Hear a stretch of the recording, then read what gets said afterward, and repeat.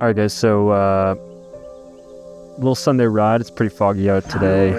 Didn't do much, but thought I'd end the day with a ride on the Ducati. Been a lot of things I've done in the last month. A couple of things on the handlebar you'll see here in a second. One thing on the helmet, two things on the helmet actually you'll see. New tinted visor, and then I got a Cardo Freecom 4X, which is what I'm recording this on. It's also been super nice to just have music when I'm riding in to work and back home. So that's been a really nice change. The other thing that happened was I got a flat on the rear tire, which was a little frustrating. So I had to ride it all the way downtown to the Ducati shop, get that changed out, because I just don't have the tools to make that change myself.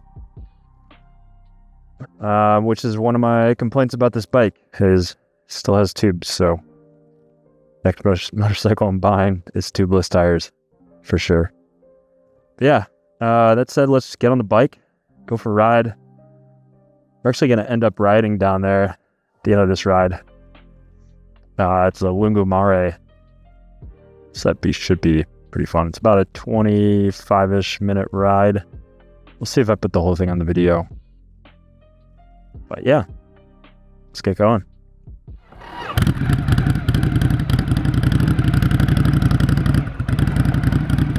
It's fun to get out of.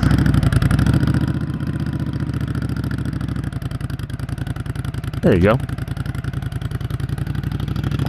I might start all my videos over here. That's pretty nice.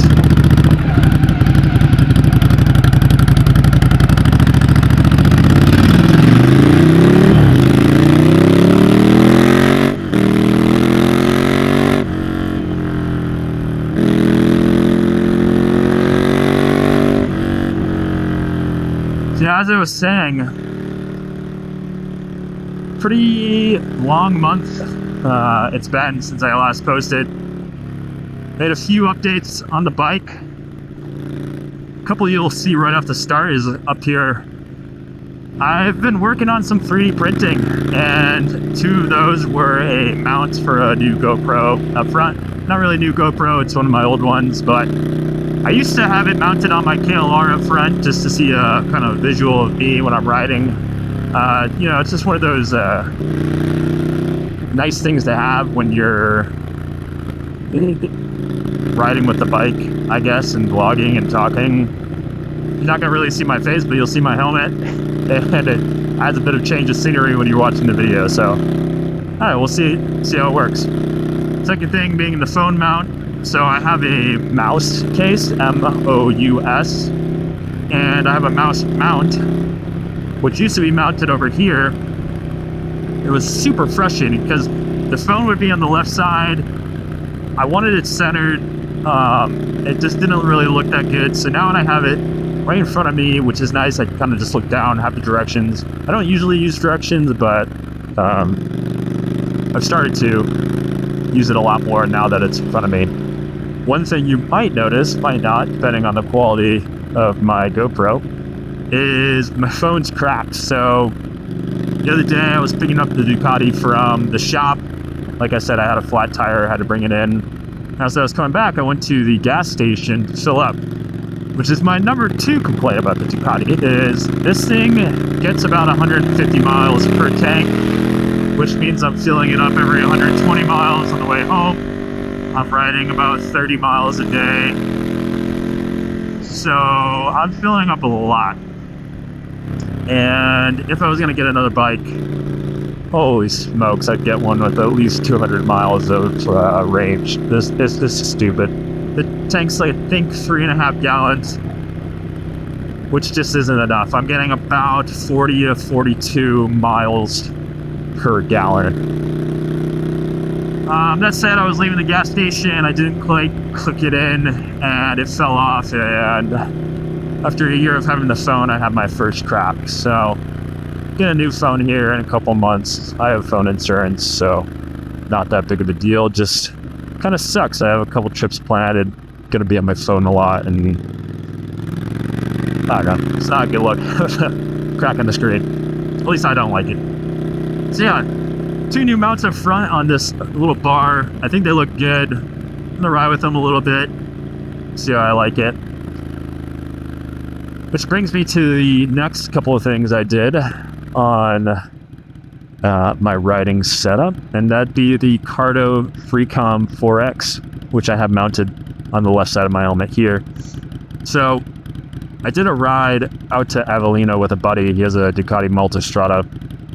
He uses the Cardo Freecom 4X, and I had been looking into it. The weird thing is if it's gonna work with your helmet, right? So with the AGV, it was a little bit of a hassle. The speakers for the ears, if I didn't do anything to the helmet, my ears were squashed. It was a pain to get the helmet on. It was rough. So what I did was I cut into the foam on the side of the helmet, probably about a half a centimeter's worth. Oh, so it's just go right. Not a big deal. I'll just turn around. And yeah, so not terrible. I did that on both sides.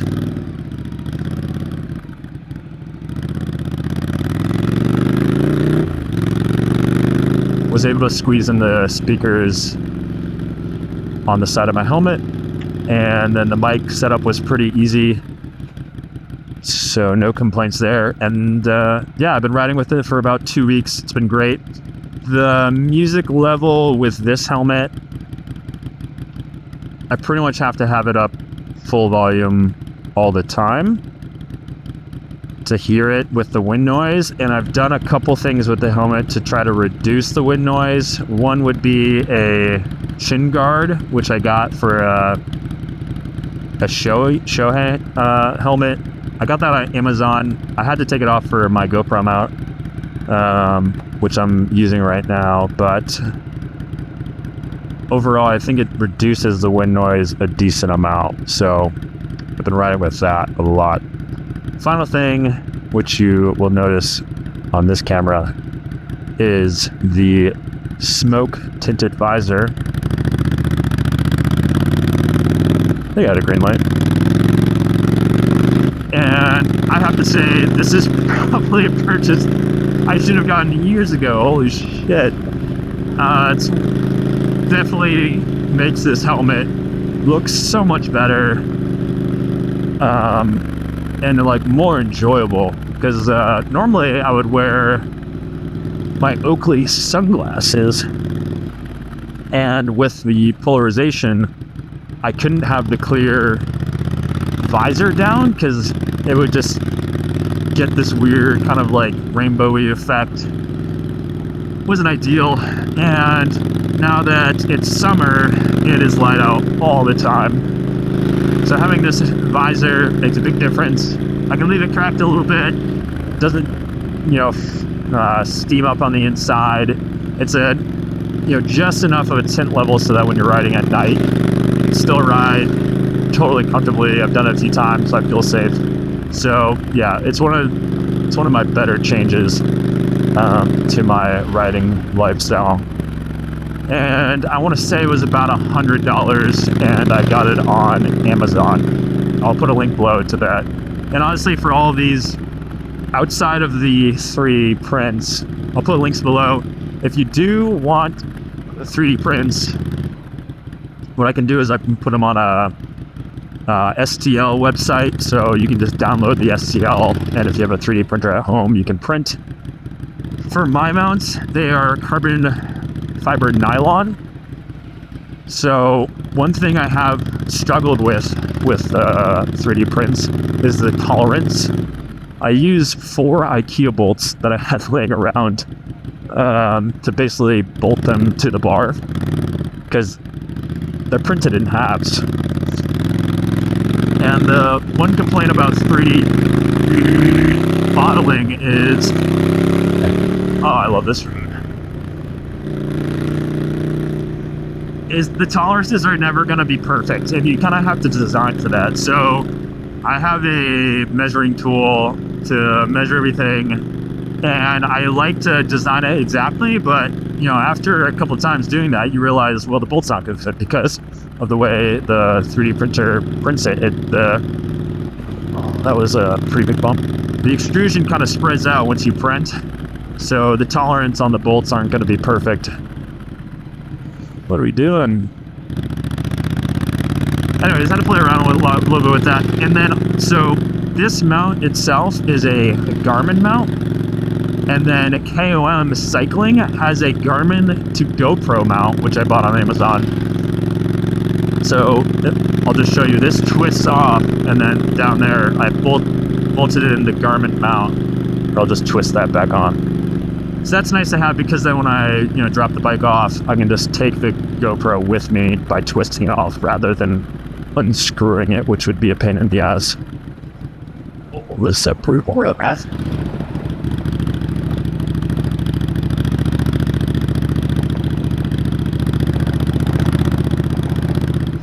So yeah, that's pretty much it on the bike. I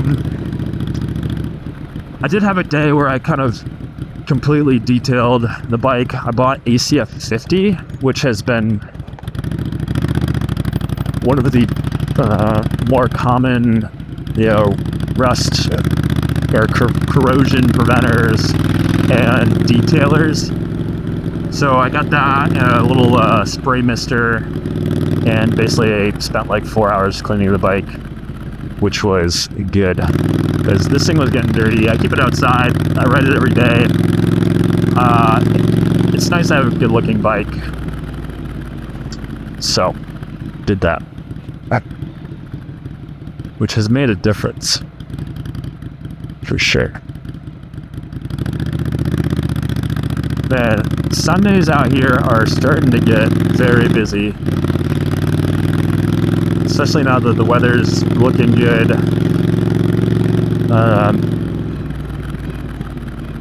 Italians flock to the sun, which makes sense. I would too. However, I'm living alone right now, so depends on what my friends are doing. Which mostly is drinking and trying to cut back on drinking. So, alright, fun fact of the day. The last time I was on this turn, I slid out right here. And I did not tell you guys because I was pretty embarrassed. I was doing about 20 around that turn. I slid out, scraped up my knee. Bike got some damage, one thing on the side up front, and the tank is dented up here. The seat got scratched up, wasn't ideal, so the bike was out of commission for about a month. I did all the repairs. I got new handlebars because those were bent, new ends. This you can see is all scraped up too. They won't sell this without selling that, so the whole thing is like $150. So I said fuck that. Got a new clutch lever. Outside of that, there wasn't a lot of damage. Oh, the gear shifter was broken, and the foot peg was broken too, so I got two of those. This is still all beat up, the passenger foot peg. Yeah, so kind of a reality check. Didn't ride for about a month and a half, and since then I've been a little bit more cautious with the turns, as I should be. So I don't know what to do for this ambulance behind me.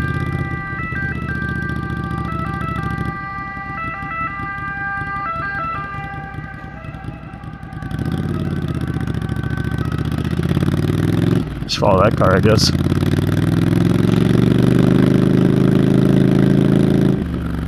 I know where I'm going from here. Just gonna do a big old U-E.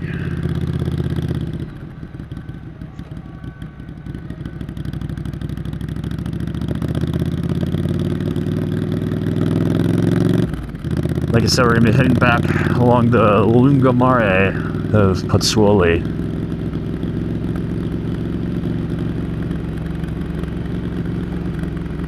One of my upcoming projects is I found a Vespa guy. Everyone has a guy for something. Well, I found a Vespa guy, and my plan is to buy a couple of Vespa 50 specials.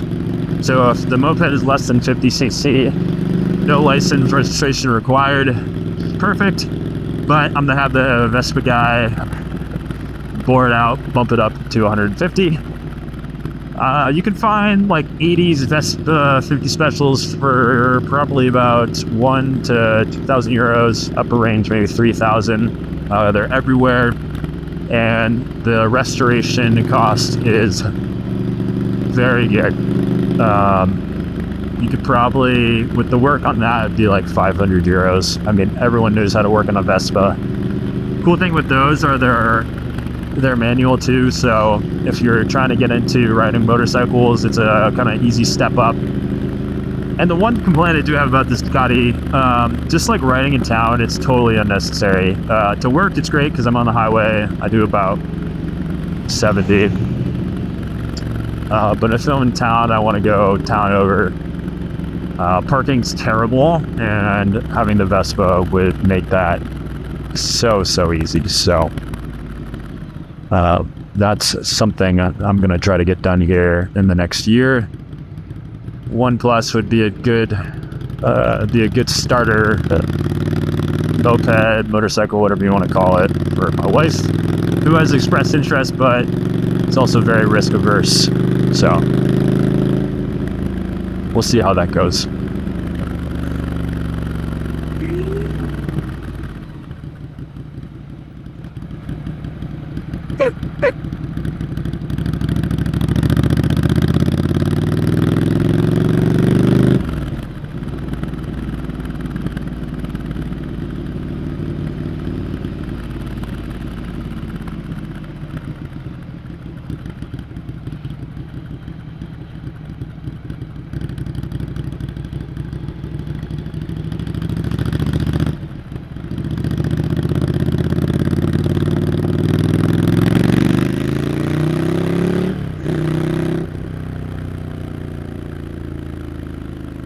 It's probably the only part of this ride where I can really open up the throttle and get that exhaust sound in here. Oh, here's the bumpy part.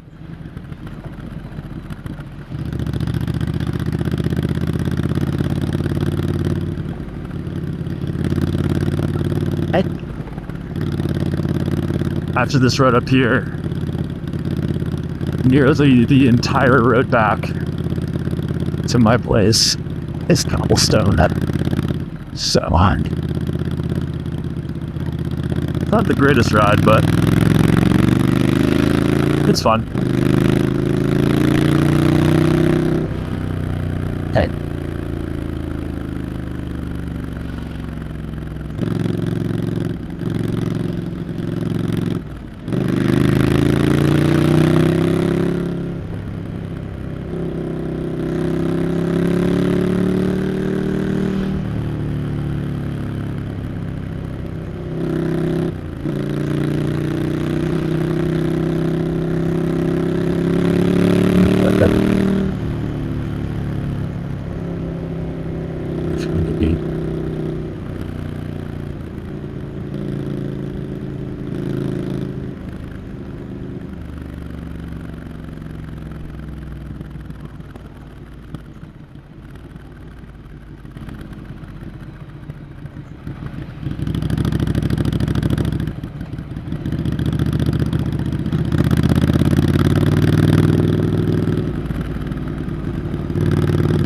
Here it begins.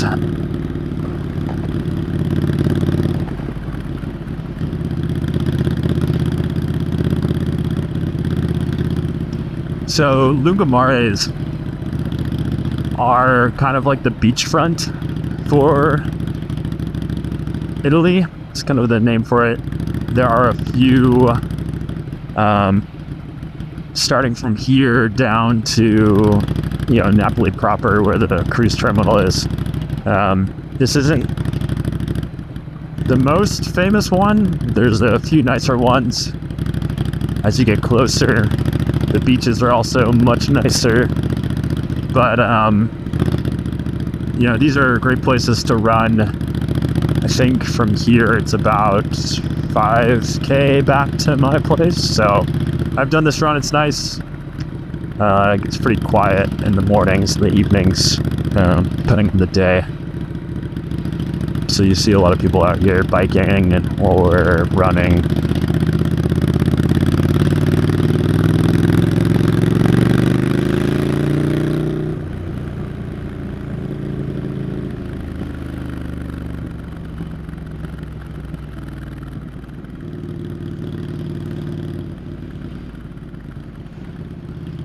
Man, one thing I want for this bike is a rear rack with the ability to hold one of those aluminum top cases. It's such a pain when I'm coming home on the bike. Like, I want to go to the grocery store, but I really don't have anywhere to put the groceries, because my backpack's usually full up. There are really no hard case solutions for the Ducati Scrambler Desert Sled. I think it's one of the things that's lacking. There's a lot of fabric solutions. I have Kriega packs. There's a few other packs that work for the bike, but I would love to use this bike kind of as a multi-strata equivalent on the longer adventures. I think I would like the hard cases though for that. And if you are gonna do that, you basically need to do it DIY. I do have a rear rack for my Rotopax gas tank, which, funny enough, I lost the key to. It's like locked in, so I'm working on picking that lock. I bought a new key for it. It's basically the lock mount to the Rotopax that I'm struggling with. But yeah, there's not really a lot of adventure rides you can do in Italy. I mean, I'm sure there are, but I don't see a lot of camping. I did go out to Avellino. There were some fun rides out there, some twisty roads. I didn't see many people out there hiking, if any at all. There were a few mountain bikers that I saw, but that's about it.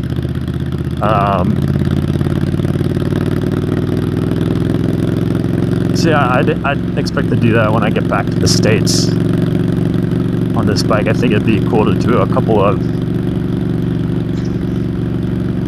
what are they called? Like BLRs? I'm forgetting.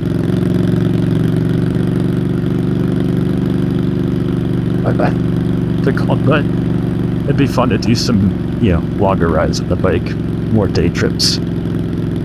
That said, though, I will have to get a new seat for this bike, because this seat I got from Mugello in Thailand is terrible.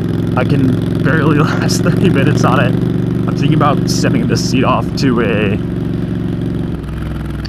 shop here in town to basically take apart, update the fabric. Or not the fabric, but the foam, because my ass has never been so raw before. Like, hey, days worth of pain from like a 200-mile ride. It's ludicrous.